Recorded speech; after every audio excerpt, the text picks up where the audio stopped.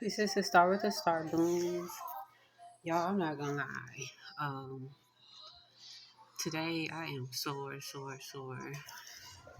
But this message, it's like it's so loud in my head. Hold on, y'all. My phone's trying to die.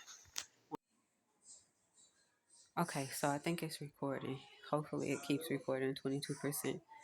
Um, so okay. I'm gonna try to start over. Pieces to start with the Star Blooms. Um,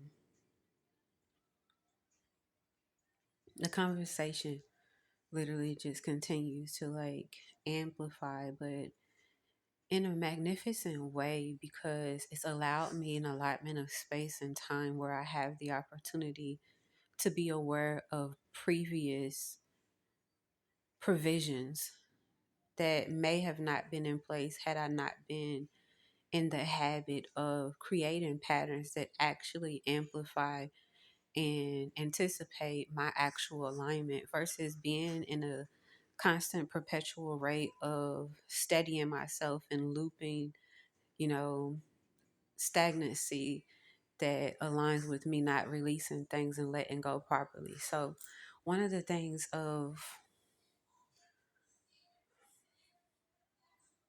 I don't know why they keep on saying the word contingency. There's a part in the contract, but okay. Safety is what I was talking about yesterday, and how I had rates of shame applied to safety because I became aware of myself.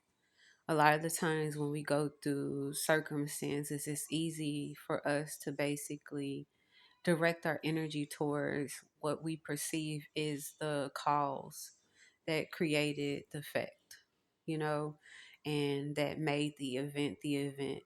A lot of the times, especially when it's not required, especially when it's not necessary, especially when no matter how you look at it and perceive it, you can innately find any reason why this thing would have occurred, right? A lot of the times it becomes so complex when you sit within yourself trying to see how you could possibly take responsibility from something that you had no hand in, right? It be the peace of mind after the fact, that be the side effects that we don't pay attention to. It be positioning ourselves to perpetuate patterns. It be the carrying of things that were never meant for us to hold. It be the improper mindset that doesn't satiate us in any of our truthful desires. It be constantly, giving in spaces where true standards and boundaries did better to serve us well while being stationary, okay, and while being maintained. A lot of the times you do not, and I didn't really believe a lot of the times that it was necessary, because I didn't know. I was sitting with race of, I don't believe, because I hadn't experienced it. When you go through some things, y'all, 336, you have the opportunity and experience to gain awareness. And then when you actually sit within your circumstances, instead of allowing yourself to be at this rate where you're just, la la la la la, here I am, this happened today, where you like, oh, this was a lesson. You start intending for and participating at a rate to where your spirit team could be live on scene, in scene with you, making you aware of, hey babe, this is the proper posture and position that you could and will take in circumstances like this. When you get at a rate within yourself, for those of us who are truly healing, showing up a lot of the times after you've gained a certain rate of expansion, a certain rate of ascension, where you sit at a higher rate within your own thresholds, when you align yourself with race of truth. It don't really got to be like a whole lot of big words. It don't got to be a whole lot of um ritualistic things. It could be literally just creating and maintaining standards.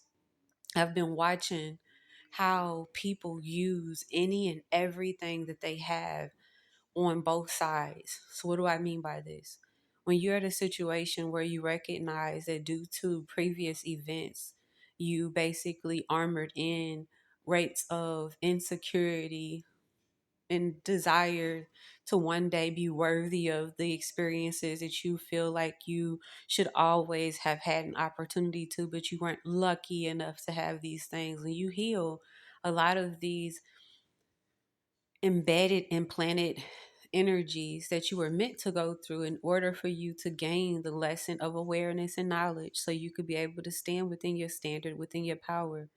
You have this rate of clarity that says something totally different, that speaks at a different octave, and that even sits differently in the cells within your body, that requires an audience of no one, right?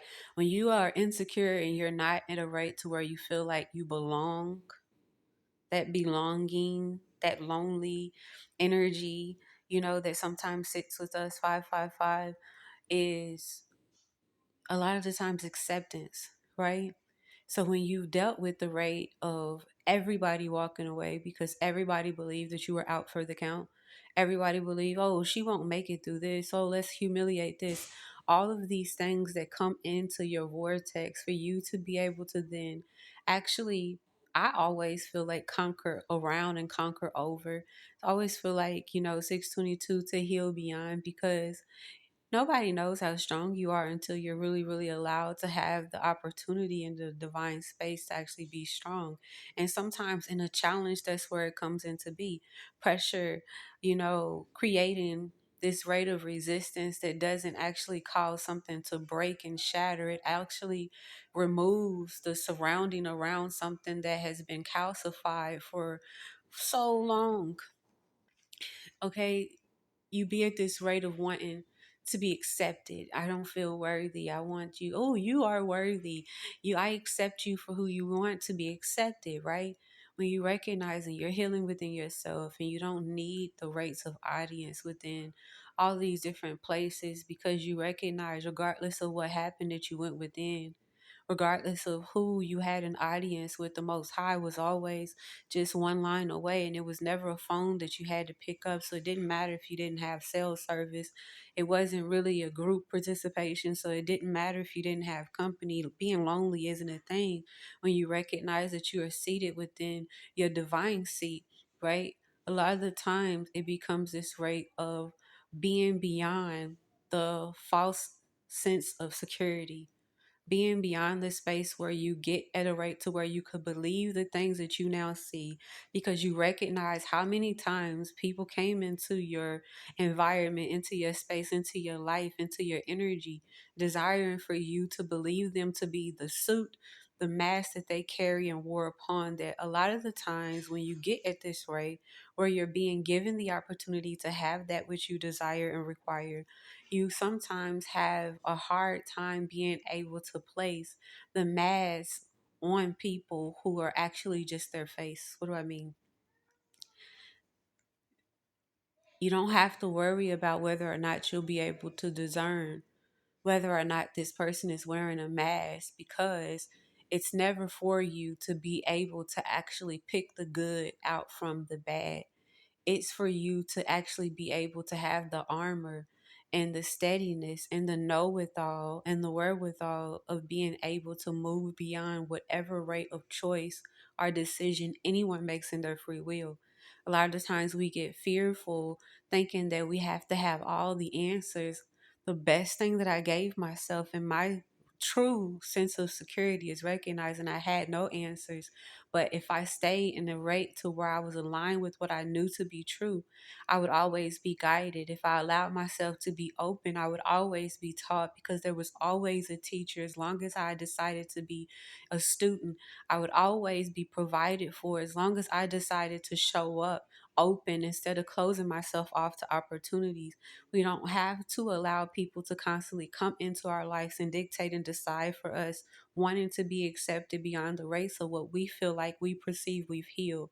This is where you actually correct your space and posture, knowing that you've declared and you decreed something over yourself, versus asking or waiting until all the ducks are in a row. A lot of the times it just be you being at a space to where you're ready and just saying yes and moving forward, even scared, shaky legs, and standing on that and continuing to move beyond the standard that was met and kept.